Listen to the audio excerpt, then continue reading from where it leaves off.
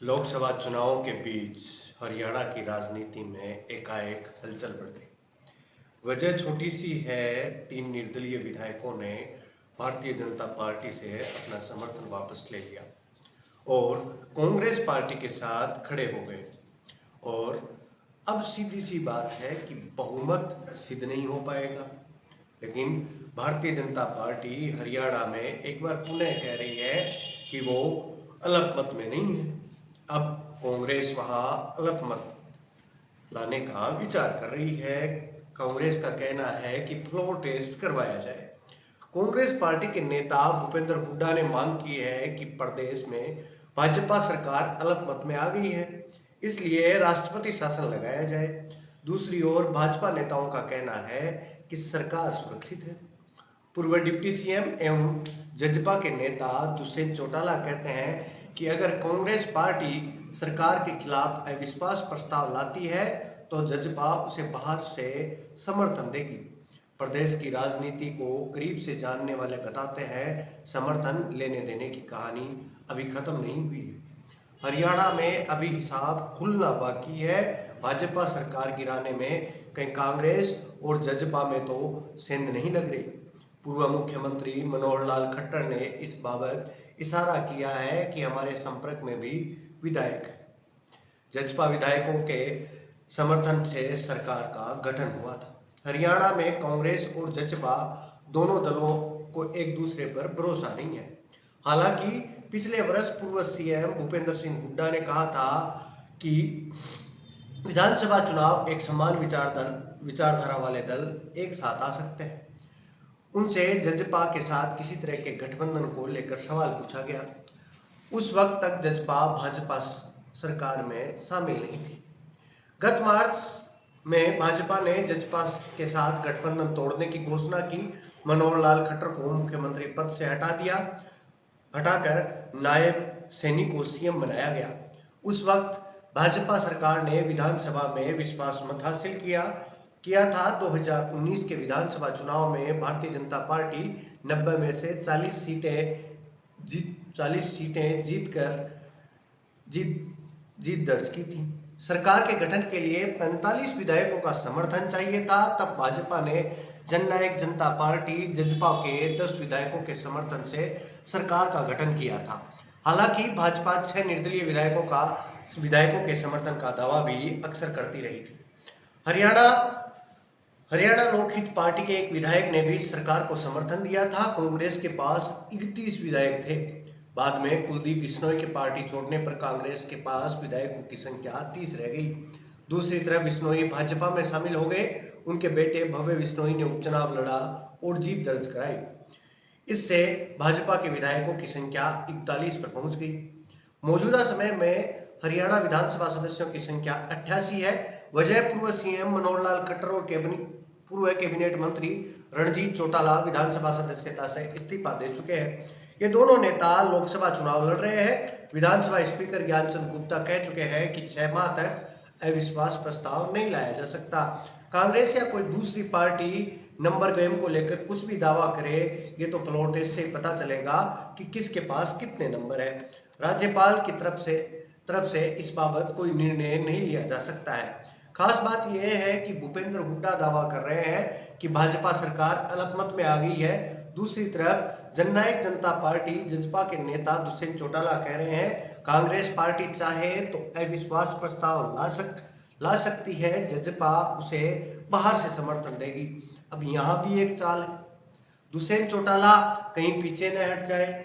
इस वजह से कांग्रेस भी अविश्वास प्रस्ताव लाने से एक क्षण के लिए पीछे हटती है, क्योंकि दुष्यंत चौटाला पहले भारतीय जनता पार्टी को समर्थन देकर उनकी सरकार में उप मुख्यमंत्री रहे हैं। वहीं भाजपा के एक वरिष्ठ नेता जो पूर्व में पार्टी अध्यक्ष पद संभाल चुके हैं, उनके करीबी बताते हैं चुनाव के मौकों पर विधायकों की पाला बदली चलती रहती है।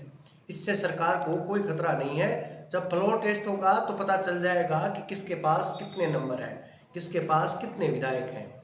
ऐसा भी तो संभव है कि कांग्रेस और जजपा में ही सेंध लग जाए। हरियाणा में विधानसभा चुनाव सितंबर या अक्टूबर में है। इस वजह से विधायक पाला बदली कर रहे हैं। उन्हें जहां से भी टिकट का भरोसा मिलता है उसी पार्टी को वो समर्थन देने के लिए तैयार हो जाते हैं। पूर्व मुख्यमंत्री मनोहर लाल खट्टर की बात को गंभीरता से लेना चाहिए। उन्होंने कहा है कि कई एमएलए हमारे भी संपर्क में है। कांग्रेस और जजपा में सभी मौजूदा विधायकों को टिकट मिलेगा ऐसा भी नहीं है। ऐसे माहौल में कल कौन किसके पाले में खड़ा हो कहा नहीं जा सकता। ये बात कहनी है मनोहर लाल खट्टर की, पूर्व हरियाणा के मुख्यमंत्री की। अब उनकी बात भी सही है, क्या पता कौन सा नेता कब पार्टी बदल जाए। अब ये नेता तो पार्टियों को इस प्रकार से बदलते हैं जिस प्रकार से कपड़े बदले जाते हैं। जैसे सुबह उठकर आप कपड़े बदलते हो उस प्रकार से सुबह उठकर नेता पार्टियां बदल देते हैं। वहीं आपने देखा होगा हरियाणा की राजनीति में तो लंबा उठापटक चलता आ रहा है। आजकल भारतीय जनता पार्टी एक डबल इंजन नाम से सरकारें लॉन्च कर रही है जगह जगह पर। वैसी ही सरकार मध्य प्रदेश में बनी, राजस्थान में बनी, वैसी ही हरियाणा में बनाई पिछले कुछ समय पहले। जजपा से गठबंधन तोड़ा और कुछ निर्दलीय विधायकों को साथ लेकर के हरियाणा में नायब सैनी को मुख्यमंत्री बनाया गया। अब बात करते हैं, दुष्यंत ने बोला कि हॉर्स ट्रेडिंग के बारे में क्या विचार रखे। गुरुवार को दुष्यंत चौटाला ने कहा कि संविधान के अनुसार राज्यपाल फ्लोर टेस्ट कराए। इस बाबत राज्यपाल को लिखा गया है। मौजूदा समय में 88 विधायकों का सदन है। सरकार में बने रहने के लिए 44 विधायक चाहिए। इसी स्थिति में हॉर्स ट्रेडिंग से इनकार नहीं किया जा सकता है। अब हॉर्स ट्रेडिंग क्या होता है?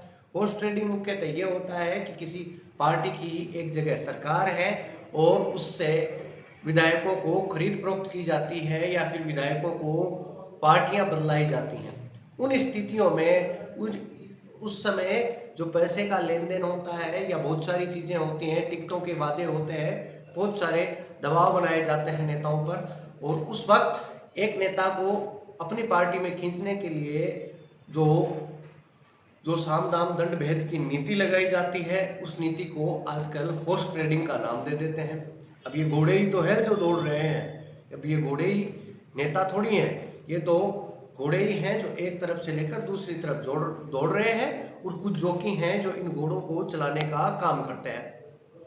पिछला अविश्वास प्रस्ताव खट्टर सरकार में लाया गया था।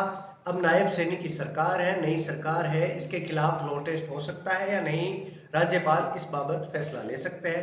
राज्यपाल को देखना है कि सरकार के पास पर्याप्त बहुमत है या नहीं है। अगर बहुमत नहीं है तो राज्य में राष्ट्रपति शासन लगा दिया जाए। नायब सैनी सरकार के खिलाफ अविश्वास प्रस्ताव आता है तो जजपा उसका समर्थन करेगी। सरकार के पास 47 विधायकों का दावा कर रही है भारतीय जनता पार्टी। विधानसभा में 88 में से 40 विधायक भाजपा के हैं, कांग्रेस के पास 30 विधायक हैं, जजपा के 10 विधायक हैं, इनेलो और हरियाणा लोकहित पार्टी का एक एक विधायक है। 6 सदस्यीय निर्दलीय विधायक हैं, इनमें से 3 विधायकों ने कांग्रेस को समर्थन दिया है, 2 भाजपा के साथ बताए जाते हैं। महम से विधायक बलराज कुंडू भी सरकार के खिलाफ रहे हैं। 2 निर्दलीय और हलोपा का एक एमएलए, उनका समर्थन भाजपा के पास है। हालांकि भाजपा यहाँ पर अपने सभी पत्ते नहीं खोल रही है। मुख्यमंत्री के मीडिया प्रभारी सचिन परवीन अत्रे के अनुसार प्रदेश सरकार अल्पमत में नहीं है। सरकार को 47 विधायकों का समर्थन हासिल है। विधानसभा में भाजपा के 40 विधायक हैं, 2 निर्दलीय एमएलए राकेश दौलताबाद और नयनपाल रावत का समर्थन भी भारतीय जनता पार्टी के पास है। हालोपा विधायक गोपाल कांडा सरकार के समर्थन में है। भाजपा ने जजपा के नारनौद से विधायक राजकुमार गौतम, टेहाना के विधायक देवेंद्र बबली, नरवाना के विधायक रामनिवास सुरजाखेड़ा और जोगीराम सिंहा के समर्थन का भी दावा किया है। कुछ लोगों की इच्छाएं पूरी कर रही है कांग्रेस। प्रदेश के मुख्यमंत्री नायब सैनी कह चुके हैं कि विधायकों की कुछ इच्छाएं होती है। कांग्रेस कुछ लोगों की इच्छा पूरी करने में लगी हुई है। अब कांग्रेस जनता की इच्छाओं से कोई लेना देना नहीं है। मंगलवार को रोहतक में भाजपा को समर्थन देने वाले 3 निर्दलीय विधायक, दादरी से सोमवीर सांगवान, पुंडरी से रणवीर गोलन और नीलीखेड़ी से धर्मपाल गोंदर ने भूपेंद्र हुड्डा की उपस्थिति में कांग्रेस के समर्थन का ऐलान किया है। जजपा के 2 विधायक ईश्वर सिंह और रामकरण काला कांग्रेस का दामन थाम सकते हैं। जजपा के 10 में से अधिकांश विधायक इधर उधर हो चुके हैं। क्योंकि कम ही विधायक थे, किसी का कोई अता पता है नहीं, या वो हो सकते हैं। केवल दुष्यंत चौटाला, नैना चौटाला और अमरजीत ढांडा और अनूप धानक ही एकजुट बताया जाता है। हालांकि भारतीय जनता पार्टी ने जनता जननायक पार्टी विधायक राजकुमार गौतम के समर्थन का दावा किया है, लेकिन राजकुमार गौतम ने इस विषय पर कोई ऐलान नहीं किया है, कोई बयान नहीं किया है। अब आप देखिए भारत देश की दुर्दशा। एक पार्टी से मिल करके, दो पार्टियां मिल करके एक राज्य में सरकार बनाती हैं, और जब वो सरकार बन जाती है तो कुछ ही समय बाद वो लोग आपस में टूट जाते हैं और फिर से वहाँ क्या तो अविश्वास प्रस्ताव लाया जाता है या फिर कोई दोबारा से चुनाव होते हैं।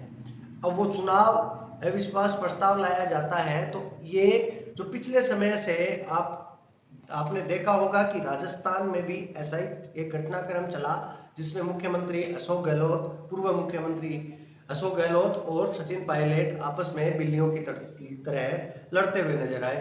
अब हरियाणा में यही लड़ाई भारतीय जनता पार्टी के नेता कर रहे हैं। अब ये लड़ाई आपने देखा, राजस्थान में यदि नेता इस प्रकार से लड़ रहे हैं तो वो विकास किस स्थितियों में करवा सकते हैं, क्योंकि आप हॉर्स ट्रेडिंग को देखोगे या आप अपने विधायकों को देखोगे, आप अपनी पार्टी को देखोगे, आप अपने नेताओं को देखोगे, या फिर आप अपना घर चलाओगे। अब ये नेता तो रहे नहीं, ये एक जगह से दूसरी जगह दौड़ने वाले घोड़े हो गए।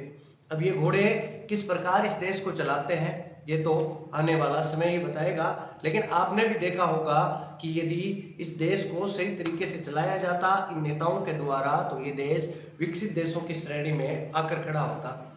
लेकिन मुंह से एक कहावत चलती है, मुंह में राम बगल में छुरी। मुंह में राम का अर्थ है कि सभी नेता आते हैं और विकास की बात तो करते हैं, परंतु पीछे छुरा लेकर आते हैं और जनता के साथ धोखाधड़ी करते हैं। ये किसी एक विशेष नेता के लिए स्पेसिफाइड नहीं है और ये ना ही किसी एक राजनीतिक पार्टी के लिए। सभी नेता चोर हैं और सभी पार्टियां चोर हैं, ये तो तय है। यदि सही तरीके से कोई नेता आकर काम करना चाहे तो उसको करने नहीं दिया जाता, ऐसी भी स्थितियां होती हैं। अब आप देख सकते हैं कि आम आदमी पार्टी सरकार को सबसे ईमानदार पार्टी माना जाता था और दिल्ली में सरकार बनी, और दिल्ली की सरकार के काम को देखते हुए ही पंजाब में सरकार बनी। परंतु जैसे ही इसके ऊपर शराब घोटाले के आरोप लगे, आपने पिछले कुछ समय में देखा होगा कि अमानतुल्लाह खान आम आदमी पार्टी के विधायक हैं और वो वक्फ बोर्ड के अध्यक्ष रहे। उन्होंने कई घोटाले किए, कई घपले किए, वो भी सामने आए। अब कल परसों ही एक वीडियो वायरल हो रहा है आम आदमी पार्टी के एक विधायक का, जिनके सुपुत्र डंडे लेकर पेट्रोल पंप के कर्मचारियों के साथ मारपीट कर रहे हैं। अब ये नेता है कि लड़ाके हैं या गुंडे हैं? अब ये गुंडे ही करने निकलते हैं या दबंगई करने निकलते हैं, ये तो आप तय करें। क्योंकि यदि सच्चा नेता है तो वो एक गाड़ी लेकर भी चल सकता है, लेकिन आपने अपने क्षेत्र के विधायक को देखा होगा, वो कम से कम 10 गाड़ियों को लेकर चलता है। अब वो 10 गाड़ियां कौन लेकर आता है? वो लोग लेकर आते हैं जिनके कुछ व्यक्तिगत काम विधायक जी से होते हैं और वो अपने काम करवाते हैं। सीधी सी बात है कि आपको वोट डालते वक्त सही चुनाव करना होता है और आप वो सही चुनाव कर नहीं पाते, आप उसमें फेल हो जाते हैं और ये नेता लोग आपके विकास कार्यों को करवाने में फेल हो जाते हैं। गलती दोनों तरफ से है, जिस दिन आप संभलोगे उस दिन ये नेता लोग संभलेंगे। आज के लिए इतना ही। मैं आपका दोस्त और होस्ट कपिल भाटर और आप देख रहे थे देवम बाट, और आप देवम बाट पर देख रहे थे हरियाणा में हो रही राजनीतिक उठापटक। आप यहाँ तक आए इसके लिए आपका धन्यवाद, आभार।